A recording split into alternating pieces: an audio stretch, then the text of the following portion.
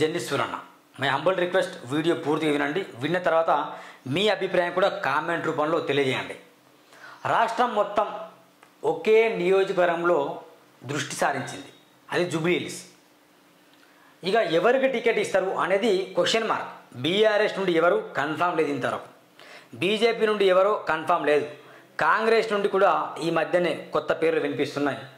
Let's చూద్దాం అసలు నిజంగా జూబ్లీ హిల్స్ నియోజకవర్గంలో జరగనున్న ఉప ఎన్నికల్లో గెలిచేది ఎవరు, దమ్మున్న క్యాండిడేట్ ఎవరు. కాంగ్రెస్ మాత్రం బొంతు రామ్మోహన్ వైపు చూస్తుందట. వాస్తవానికి బొంతు రామ్మోహన్ గారు తెలంగాణ రాష్ట్ర ప్రజలందరూ తెలిసిన వ్యక్తే. బొంతు రామ్మోహన్ మీద ఎలిగేషన్స్ కూడా ఎక్కువ ఏం లేవు వాస్తవానికి. ఎందుకంటే జిఎస్ఎంసీలో ఆయన ఉన్నప్పుడు కొంచెం పద్ధతిగా నడిచింది, కానీ ఇప్పుడు జిఎస్ఎంసీ మొత్తం అధ్వానం అయిపోయింది. అందుకని బొంతు రామ్మోహన్ గారి మీద ఉన్న మంచి పేరును బట్టి బొంతు రామ్మోహన్ గారికి టికెట్ ఇస్తే బాగుంటుందనే ఆలోచన కాంగ్రెస్ పార్టీ చేస్తుందట. ఒకసారి అదే వార్త మనం చదువుదాం. బొంతు రామ్మోహన్ వైపే కాంగ్రెస్ మొగ్గు అట. జూబ్లీ హిల్స్ ఉప ఎన్నిక Congress candidate fix. Jubilee hills రేసులో టాప్లోకి బొంతు రామ్మోహన్. మాజీ మేయర్ బొంతు రామ్మోహన్ వైపు కాంగ్రెస్ మొగ్గు. అన్ని ఈక్వేషన్స్ను బేరీజు వేసుకొని క్లారిటీకి బొంతు రామ్మోహన్ అయితే బెటర్ అంటున్న సీనియర్లు. రామ్మోహన్కు బీఆర్ఎస్ బీజేపీ నేతల నుంచి సంబంధాలు, మాజీ మేయర్ కావడం కలిసి వస్తుందని పార్టీల్లో చర్చట. తెలంగాణ రాజకీయాల్లో జూబ్లీ హిల్స్ ఉప ఎన్నిక అంశం ఇప్పుడు రసవంతంగా మారుతుంది. జూబ్లీ హిల్స్ ఉప ఎన్నికకు సమయం దగ్గర పడుతుండడంతో రోజు రోజుకు సమీకరణలు మారుతున్నాయి. ప్రధాన పార్టీలన్నీ బైపోల్లో ఎవరిని నిలబెట్టారనే దానిపై ఫుల్ ఫోకస్ పెట్టాయి. అందులోనూ అధికార విపక్షాలన్న కాంగ్రెస్ బీఆర్ఎస్కు జూబ్లీ హిల్స్ ఉప ఎన్నిక ఛాలెంజ్గా మారింది. అటు బీజేపీకి కూడా చావో రేవో అన్నట్టే ఉంది. బీఆర్ఎస్ బీజేపీ సంగతి పక్కన పెడితే అధికార కాంగ్రెస్కు జూబ్లీ హిల్స్ ఉప ఎన్నిక పెద్ద టాస్క్గా మారింది. గత అసెంబ్లీ ఎన్నికల్లో హైదరాబాద్ నగరంలో కాంగ్రెస్కు చావు దెబ్బ తగిలింది. ఈ క్రమంలోనే జూబ్లీ హిల్స్ బైపోల్స్ సత్తా చాటాలని ఉవ్విల్లుతుంది. దాంతో అందుకు తగ్గ నేత కోసం ఇంటర్నల్గా అన్వేషణ సాగింది. వివిధ కోణాల్లో అభ్యర్థి కోసం వేట కొనసాగించిన తెలంగాణ కాంగ్రెస్ క్యాండిడేట్ విషయంలో ఓ క్లారిటీకి వచ్చినట్టు విశ్వసనీయ వర్గాల్లో జోరుగా చర్చలు నడుస్తుందట. ఇక ఇది మిత్రులారా, ఇక బొంతు రామ్మోహన్ గారు నిజంగా ఇతనే. వాస్తవానికి బొంతు రామ్మోహన్ గారు మాత్రం కాంగ్రెస్ నుండి పోటీ చేస్తే కొంచెం టఫ్ పొజిషన్ ఉంటుంది. ఇక బీఆర్ఎస్కి బీజేపీ కొంచెం గట్టి క్యాండిడేట్ అనుకోవచ్చు. ఎందుకంటే బొంతు రామ్మోహన్ గారు వాస్తవానికి కొన్ని మంచి పనులు చేసిండు. జిఎస్ఎంసీలో జరుగుతున్న అవకతవకల గురించి బాగా ఫైట్ చేసిండు.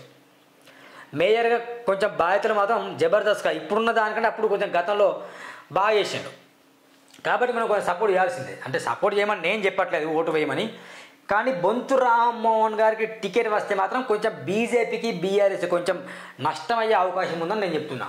తెలంగాణ రాష్ట్రం వచ్చాక తొలి మేయర్గా రామ్మోహన్ మేయర్గా సిటీ ప్రజల్లో రామ్మోహన్కు గుడ్ రిలేషన్స్ ప్రత్యేకించిన జూబ్లీ నియోజకవర్గ ప్రజలతోనూ బీఆర్ఎస్లో ఉన్నప్పుడు మాగంటి గోపినాథ్తో కలిసి అనేక కార్యక్రమాల్లో పాల్గొన్న బొంతు రామ్మోహన్ క్యాస్ట్ ఈక్వేషన్ కూడా కలిసి వస్తాయనే ఆలోచన అన్ని విధాల అన్ని ఈక్వేషన్తో బొంతు రామ్మోహన్ వైపు అడుగు వేస్తున్నారు.